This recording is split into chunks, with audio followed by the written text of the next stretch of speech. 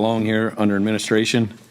The chair would like to make a motion to make all communication from township supervisors to any township official. This includes any employee, volunteer, or anyone affiliated with the township, but not to include other township supervisors, must go through the chair or the vice chairman when needed, and then go to the township manager. The chair will handle that. Do I have a second? I'll second the motion. All right, discussion. I certainly have some discussion on this. I have in front of me the Township Supervisor's Handbook, which is available at the PSAT's website. And it talks about the township supervisors are elected to serve their residents and taxpayers. Township supervisors fulfill their elected official duties by regularly attending and actively participating in meetings of the Board of Supervisors. Township supervisors should actively seek input from their residents and taxpayers, ask thoughtful questions of staff and advisory boards, be open-minded to new ideas, and work with their fellow board members for the good of their township. I don't think you can restrict me from talking to staff members. This is another attempt. First it was go through Gardella, then it was to go through Bell, now it's to go through you. This is just to try to control another elected supervisor. We all, outside of this meeting, we're all equal. So I should not have to go through any of you to talk to anyone else, as long as it's permitted for business. So go ahead. I know how you're going to vote, but go ahead and do it. Any other discussion on this? Because the chair will give some discussion, some context here. So Mr. Hughes is correct. He's not going to be denied, or no supervisor will be denied any of that information that he just said. What brought this up is Mr. Hughes has become to interfere with the day-to-day operations of this township. He is impacting the employees in a negative manner. He is consuming all of their time and not being respectful to allow them to do their jobs. And the straw that broke the camel's back here was that Mr. Hughes sent this email, and I'm going to quote, this is a statement from Mr. Hughes to Mr. Pearsall. I requested procedures written and a report compiled months ago. It seems my concerns go unheeded, but you will listen to an idiot like Volmer. I can see that I am totally ineffective regardless of how all of this works out. I guess that you can't see it. You're too close to the problem. The administration and even the police department is falling apart.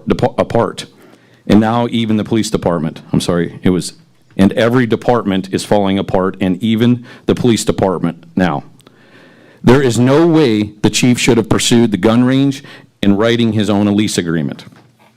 It is getting way too crazy for me, a major snafu, and you will have a class action lawsuit to deal with.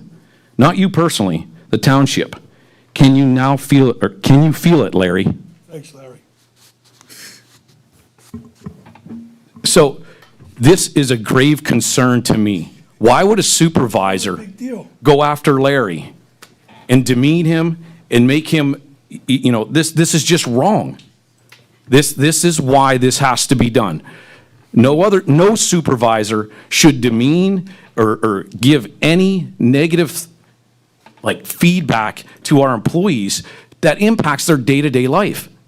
And even on Monday evening, Mr. Hughes was demanding the monthly reports.